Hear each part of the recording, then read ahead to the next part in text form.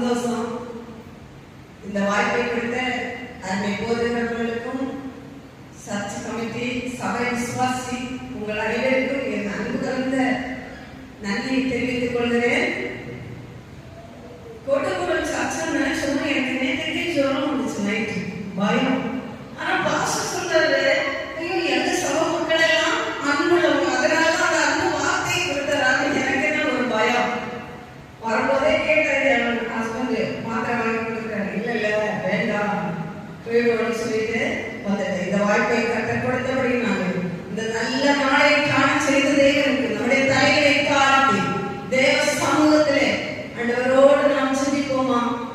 பரலோகத்தின் பிதாவே, உம்மை நாங்கள் நன்றியோடு ஸ்தோத்திரிக்கிறோம் அப்பா, உம்மை வாழ்த்துகிறோம் அப்பா, உம்மை வணங்குகிறோம் சுவாமி. இந்த நல்ல நாளை காண செய்தீரே, உமக்கு நாங்கள் நன்றி செலுத்துகிறோம் சுவாமி. 2 வார்த்தைகள் பேசி நம்முடைய பிள்ளைகளோடு கத்தர் கூட இடைப்பட்டீரே, உமக்கு நாங்கள் நன்றி செலுத்துகிறோம். இந்த இடத்துல கத்தாவே, இந்த மாயமற்ற உலகத்திலே, அன்பில்லாத உலகத்திலே நாங்கள் வாழ்ந்து கொண்டிருக்கிறோமே, எல்லாம் சுயம் பெருகிவிட்டது சுவாமி. ஆனால் கத்தருடைய பிரசன்னத்திற்குள்ளே கத்தர் எங்களை ஒவ்வொரு நாளும் நடத்தி வருகிறதற்காக உமக்கு நாங்கள் நன்றி செலுத்துகிறோம். இந்த இடத்திலே முற்றிலுமாய் உடைய சமூகத்திலே அர்ப்பணிக்கிறேன் அப்பா. இந்த பலிபீடத்திலே முற்றிலுமாய் உடைய கரத்திலே அர்ப்பணிக்கிறேன். இயேசுவே, நீர் ஆசீர்வாதம் சுயம் சாகட்டும். தேவ பிரசன்னம் மாத்திரம் இந்த இடத்திலே இருக்கட்டும் சுவாமி. உம்முடைய மகிமை மாத்திரம் இந்த தேவாலயத்திலே இறங்கி இருக்கட்டும் அப்பா. இயேசுவே, வந்திருக்கிற ஒவ்வொருவரையும் கர்த்தரை பொறுப்படுத்திக் கொள்வீராக.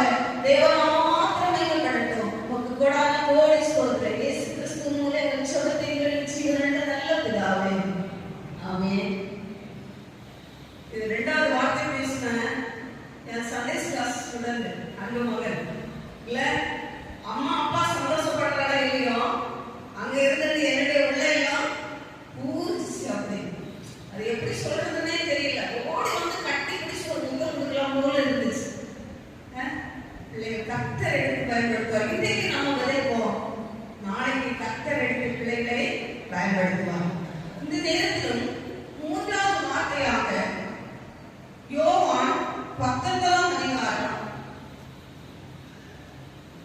யோவான் 19ஆம் அதிகாரம் 26, 27 படிக்கலாமா? அப்பொழுது இயேசு தம்முடைய தாயையும் அருகே நின்ற தமக்கு அன்பாயிருந்த சீஷனையும் கண்டு தம்முடைய தாயை நோக்கி, ஸ்திரீயே, அதோ உன் மகன் என்றார். அடுத்த வசனம், பின்பு அந்த சீஷனை நோக்கி, அதோ உன் தாய் என்றார். அந்நேரம் முதல் அந்த சீஷன் அவளை தன்னிடமாய் ஒப்பு கொடுத்தார். இது வந்து நம்ம அன்பின் வசனமாக அன்பை பற்றி இதுல கூறப்பட்டுள்ளது இல்லையா? ஆண்டவராகிய இயேசு கிறிஸ்து மரண தருவாயிலே இருக்கிறார். அவர் முள்முடி சூடப்பட்டவராய், சிலுவையிலே அறையப்பட்டவராய், அவர் சிலுவையிலே தொங்கிக் கொண்டே இருக்கிறார். அவருடைய சிரசிலே முள்கிரீடம் சூட்டப்பட்டிருக்கிறது. அந்த தலையை அவர் அங்கே இங்கேயும் அசைக்க முடியாது. அசைச்சிட்டோம்னா அந்த முள்ளு போன்ற, அந்த விஷம் போன்ற முள்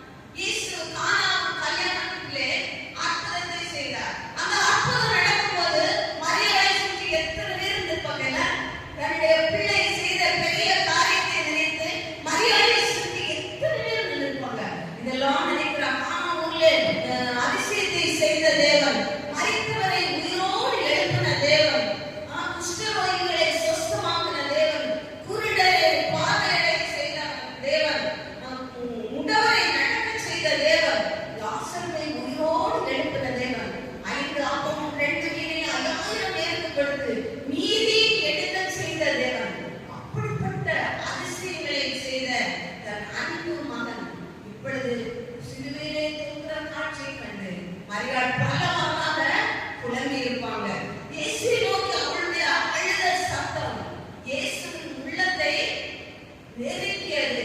அன்பு நேசருடைய அந்த இருதயம் உடைக்கப்பட்டவராய் அவர் சிலுவையிலே தொங்கிக் கொண்டிருக்கிறார். இயேசு தம் தாய்க்கு கீழ்ப்படிந்திருந்தார். தாய் தகப்பனுக்கு இயேசு கீழ்ப்படிந்திருந்தார். தன்னுடைய 30 வயது வரை அவர் என்ன செய்கிறாரு? குடும்பத்துல தாய் தகப்பனுக்கு கீழ்ப்படிந்தவராக அவர் இருந்தார். லூக்கா 2:51 கூறப்பட்டுள்ளது. அன்பு நிறைந்த ஆதல் அளித்து வந்த தாய் இன்னைக்கு மறுபடியும் அழகான காட்சியை பார்த்து அவர் இருக்கிறார். மறுபக்கம் தன் யோவான் தனக்கு அன்பாக இருந்த சீஷன் இயேசுவை சிலுவையில் அறையுவதற்கு முன்னதாக கூட இயேசு மடியிலே சாய்ந்திருந்த சீஷன் அன்பாய் இருந்தவன். இயேசு காட்டி கொடுக்கப்பட்ட அன்று கூட என்ன செய்கிறான்?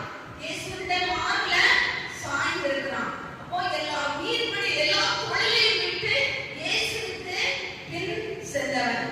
சிலுவை கீழே தொங்கும் இயேசுவை இந்த யோவான் பார்க்கிறார். அவனுடைய உள்ளம் உடைந்தது. இயேசு எங்கு சென்றாலும் ஜனக்கூட்டம் அதிகமா இருக்கும். இப்போ இந்த இடத்துல முடிச்சுனா அந்த இடத்துக்கு போறாங்கன்னா இங்க இருக்கிற ஜனக்கூட்டம் எல்லாம் திரும்ப என்ன செய்வாங்க? அங்க அவ்வளவு ஜனக்கூட்டம். இயேசு கடந்து சென்ற இடத்துல எல்லாம் ஜனக்கூட்டம் அதிகமாக இருந்தது. அவர் கடந்து சென்ற இடத்துல எல்லாம் நோய்களை குணமாக்குனாரே, வியாதிசர்களை எல்லாம் குணமாக்குனாரே, நானே உலகத்துக்கு ஒளி என்று சொன்னாரே. அந்த இயேசு இப்பொழுது கல்வாரி சிலுவையிலே தொங்கப்பட்டிருக்கிற காட்சியை இந்த யோவான் பார்க்கிறான். ஒரு மணி நேரம் கூட விழித்திருந்து செவக்கணும்னா கூட்டாதான் எனக்கு கேட்டது இடத்துல நான் தூங்கிட்டேனே. மறுபடியும் கிட்ட கேட்டாரு, நான் கீழ்ப்படியில தூங்கிட்டேனே. இந்த சூழ்நிலை இயேசு சிலுவையிலே சொல்கிற சூழ்நிலை ஏன் இந்த சூழ்நிலை வந்தது என்று சொல்லி அவன் உடைந்து போனவனாய் காணப்படுகிறான். இயேசு இந்த யோவானுடைய சத்தத்தையும் கேட்கிறார். சற்று தன்னை திடப்படுத்திக் கொண்டு உள்ளத்தை அவர் யோவானுடைய உள்ளத்தை பார்க்கிறார். யோவானை பார்த்து சொல்கிறார், அதோ தாய், அதோ தாய். இயேசு தாயை தனியாக விட்டுவிடவில்லை. இயேசு இந்த உலகத்திலே தன்னுடைய தாயை நேசித்தார். தன்னுடைய குடும்பத்தை அவர் நேசித்தார். சிலுவையிலே தொங்கும் போது கூட பொறுப்புள்ள ஒரு மகனாக இயேசு காணப்பட்டார். தன்னுடைய குடும்பத்திற்கு மூத்த மகனாக வந்த இயேசு அந்த குடும்பத்திலே கீழ்ப்படிந்திருந்தார். சிலுவையில் மரணாவஸ்தைப்படும் போது கூட தன் தாயை பராமரிக்க, தன் தாயை பாதுகாக்க இந்த உலகத்திலே யாரும் இல்லையே என்று சொல்லி தன்னுடைய அன்பு சீஷன் யோவானை தாய்க்கு துணையாக வைக்கிறார். சீஷன் பார்த்துக் கொள்ளட்டும் என்று தன் தாயை யோவானிடம் ஒப்புக் கொடுத்து அதோ மகன் என்று சொல்லி தன் தாயை யோவானிடம் ஒப்புக் கொடுத்தார்.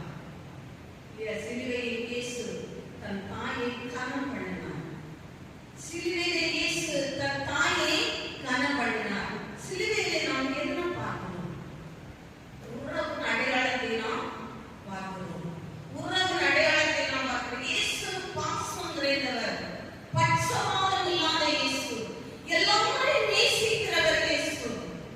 யார் இருந்தாலும் அவரிடத்திலே வருகிற எந்த ஒரு மனுஷனையும் புறமே தள்ளாத இயேசு இன்னைக்கு குடும்பத்தை குறித்து அவர் அக்கறை கொண்டவராக இருக்கிறார். பிள்ளைகளை குறித்து அவர் அக்கறை கொண்டவராக இருக்கிறார். அதை நான் 1 தீமோத்தேயு 5-ம் அதிகாரம் 8-ம் வசனம் படிக்கலாமா? 1 தீமோத்தேயு 5-ம் அதிகாரம் 8-ம் வசனம்.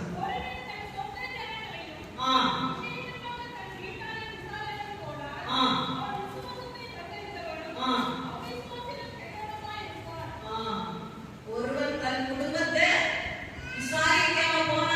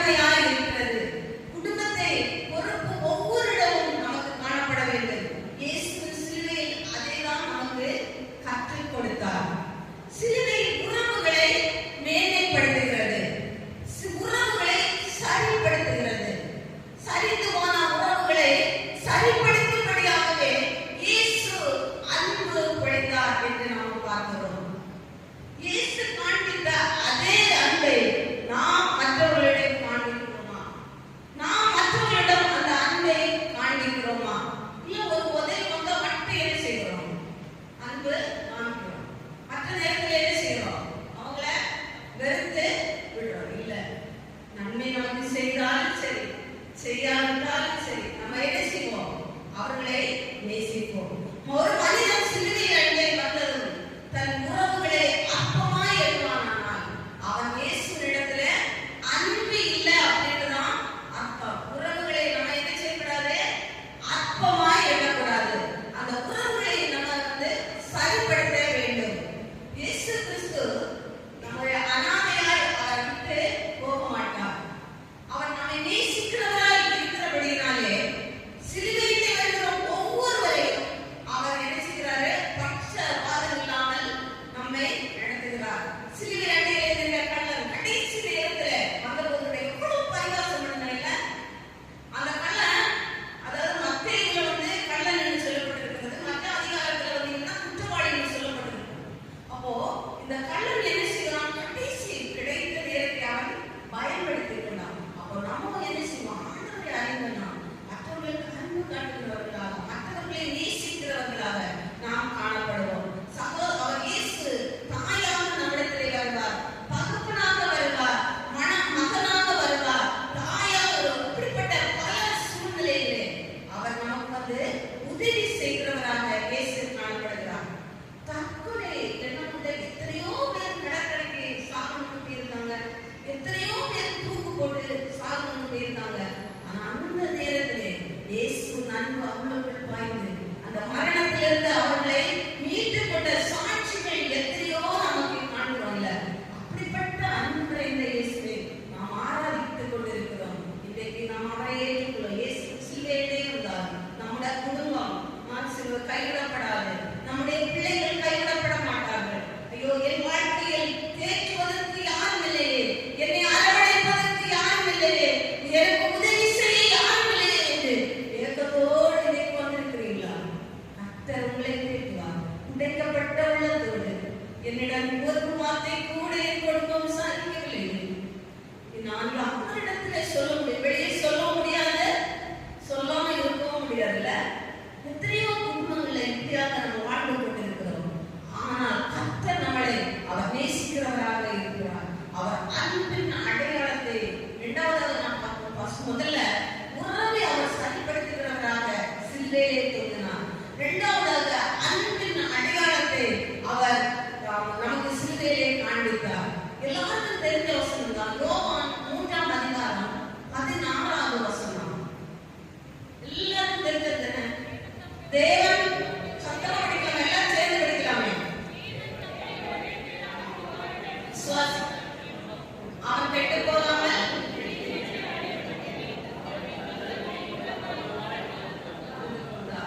சிலுவையில் இயேசுவின் அன்பை நமக்கு வெளிப்படுத்துகிறார். இயேசுவின் அன்பு ஆழம், அகலம், உயரம் எவ்வளவு சொல்ல முடியுமா? இப்ப சாக்கிய வச்சு பிள்ளைகள் கேட்டா என்ன செய்வாங்க? பிள்ளைகள் எவ்வளவு சாக்கிய காமிப்பாங்க இல்ல?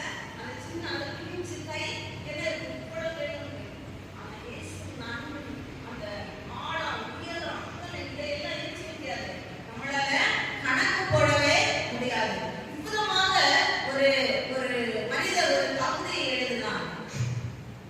ஆகாயத்து வானத்தை எல்லாம் பாழாக்கி, கடலின் தண்ணீரை எல்லாம் மையாக்கி, பறக்கிற பறவையின் இறகுகளை எல்லாம் பேனாவாக்கி எழுதினாலும் கூட இயேசுவின் அன்பை என்ன செய்ய முடியாதான்?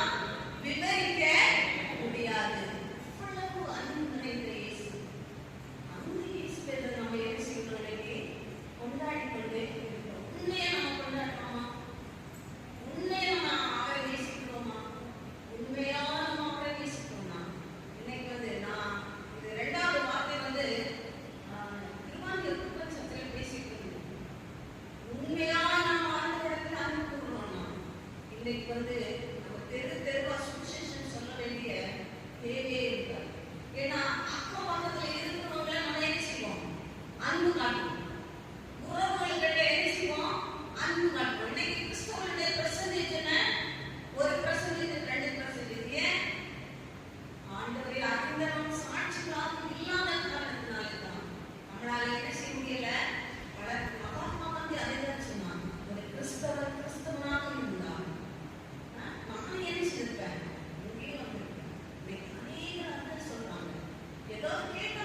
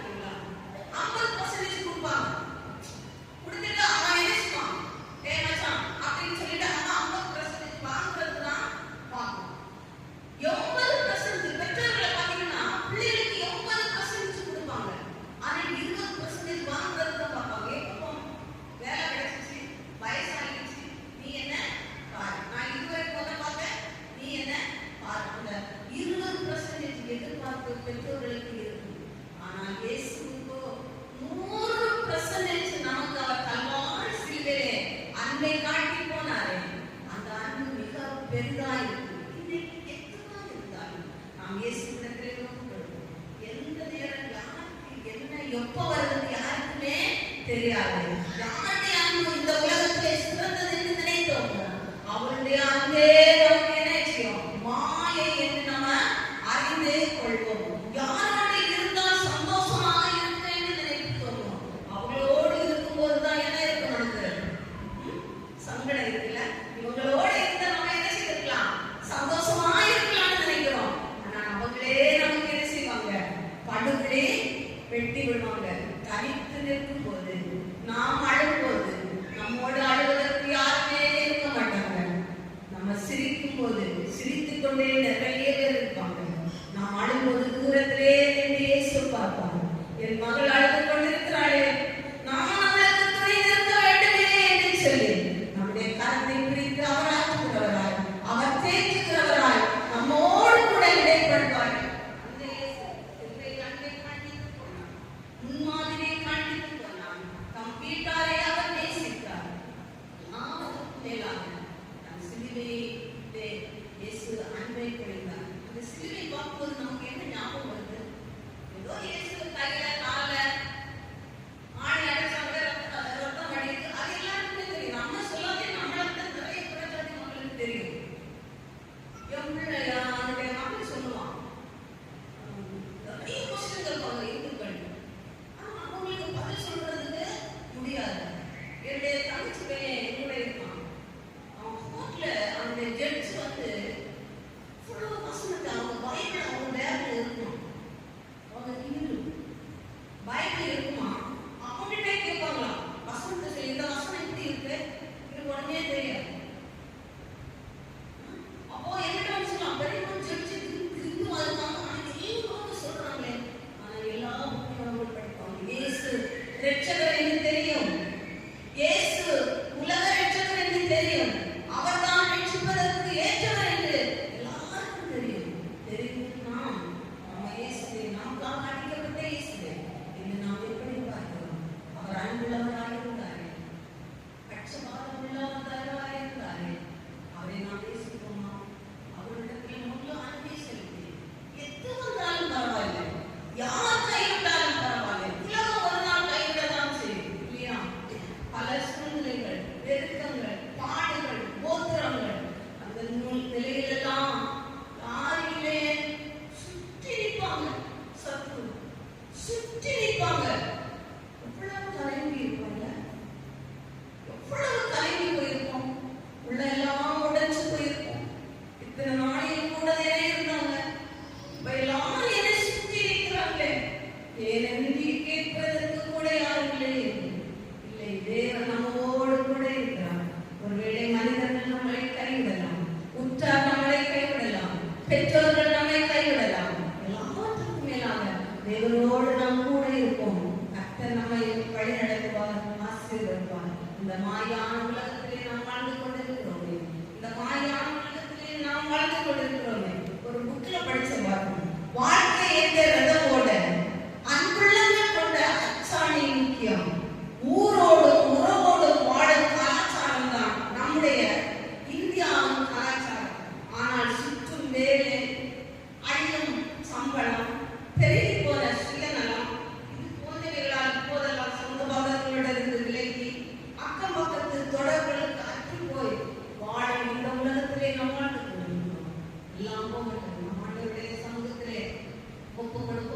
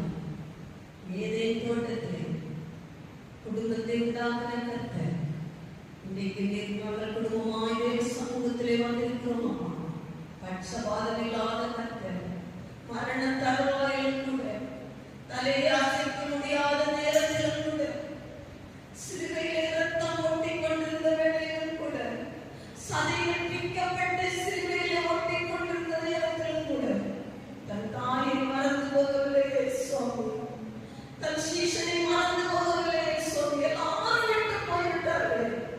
ஆனாலும் கர்த்தருடைய அன்பு, கர்த்தருடைய பிரசன்னம் சுவாமி அவர்களை கவனித்துக் கொண்டிருந்தது. உடைய உள்ளம் சுக்குநூறாக உடைந்து கொண்டிருந்தது. தாயை பராமரிக்க யோவானை பாதுகாக்க தன்னை தாயை ஒப்புக் கொடுத்த நல்ல தெய்வமே, இந்த நேரத்தில் எங்களுடைய குடும்பங்களை உடைய கருத்திலே ஒப்புக் கொடுக்கிறோம். நீங்க எங்களை பயன்படுத்துங்க. உமக்கு சாட்சியாய் நாங்கள் இருக்கிற இடத்திலே சாட்சியாய், சபைக்கு சாட்சியாய், சபையின் ஆத்துமாக்களை நாங்கள் நேசிக்கிறவர்களாய், போதகர்களை நேசிக்கிறவர்களாய், மற்றவர்களிடத்தில் அன்பு காட்டுகிறவர்களாய் சுவாமி எங்களை பயன்படுத்தும்படியாக செலுத்துகிறோம்.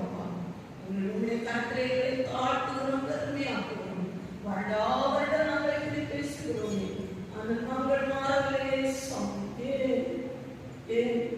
இன்றைக்கு ஒரு கேள்வி கேட்கு, என்னை மாற்றுங்கப்பா, என்னை மாற்றுங்கப்பா, என் குடும்பத்தை மாற்றுங்கப்பா, எங்கள் குடும்ப சபை இந்த இடத்திற்கு சாட்சியாக இருக்க வேண்டுமே. என்ன சுவாமி நீ சுவாமி அப்பா ஒவ்வொருவரையும் கத்தரை எடுத்து பயன்படுத்தும்படியாக சொல்லுகிறோம். வந்திருக்கிற பிள்ளைகளை ஆசீர்வதித்து அனுப்புங்க. எல்லா சூழ்நிலையும் நீர் அனுப்பியிருக்கிறீரப்பா. அவருடைய இருதயம் உடைக்கப்பட்ட சூழ்நிலையிலே இருக்கலாம், அன்பு பாராட்ட யாருமே சூழ்நிலையிலே வந்திருக்கலாம். கத்தர் அன்பு பாராட்டும்படியாக சொல்லுகிறோம். கருத்தை ஒப்புக் கொடுக்கிற பொருட்படுத்தணும். இயேசு மூலம் எங்கள் செபத்தை பெருச்சி